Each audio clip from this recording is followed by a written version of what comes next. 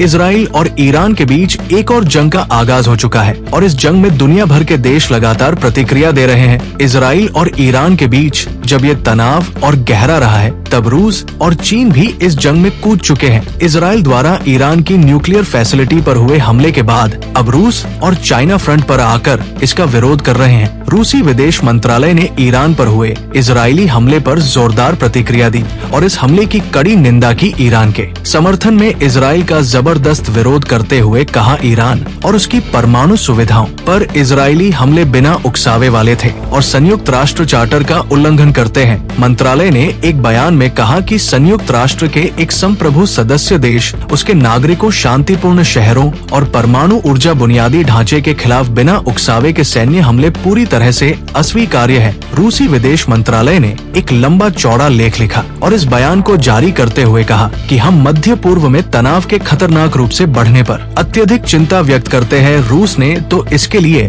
पश्चिमी देशों को जिम्मेदार ठहरा दिया। रूस ने कहा कि स्पष्ट है कि पश्चिमी यरूशलेम में तनाव को और बढ़ाने और दाव को बढ़ाने के लिए जानबूझकर चुना गया है। हमने बार बार सैन्य दुस्साहस के विनाशकारी परिणामों के बारे में चेतावनी दी है, जो क्षेत्र स्थिरता और सुरक्षा को कमजोर करता है। इस उकसावे के सभी परिणामों की जिम्मेदारी सीधे इजरायली नेतृत्व पर होगी। वहीं चीन ने भी इजराइल का विरोध किया। चीन के विदेश मंत्रालय के प्रवक्ता लिन जियान ने बयान में कहा कि चीन ईरान पर इजराइल के हमलों को लेकर बहुत चिंतित है और संबंधित कार्रवाइयों के गंभीर परिणामों को लेकर भी चिंतित है। हम ईरान की संप्रभुता, सुरक्षा और क्षेत्रीय अखंडता के उल्लंघन का विरोध करते हैं। उन कदमों का विरोध करते हैं जो दुश्मन को बढ़ावा देते हैं और तनाव बढ़ाते हैं। क्षेत्रीय स्थिति का अचानक बिगड़ना किसी भी पक्ष के हित में नहीं है। हम सभी संबंधित पक्षों से क्षेत्र में शांति और स्थिरता के लिए अनुकूल कार्य करने और तनाव को और ज्यादा बढ़ाने से रोकने का आह्वान करते हैं। चीन तनाव कम करने के प्रयासों में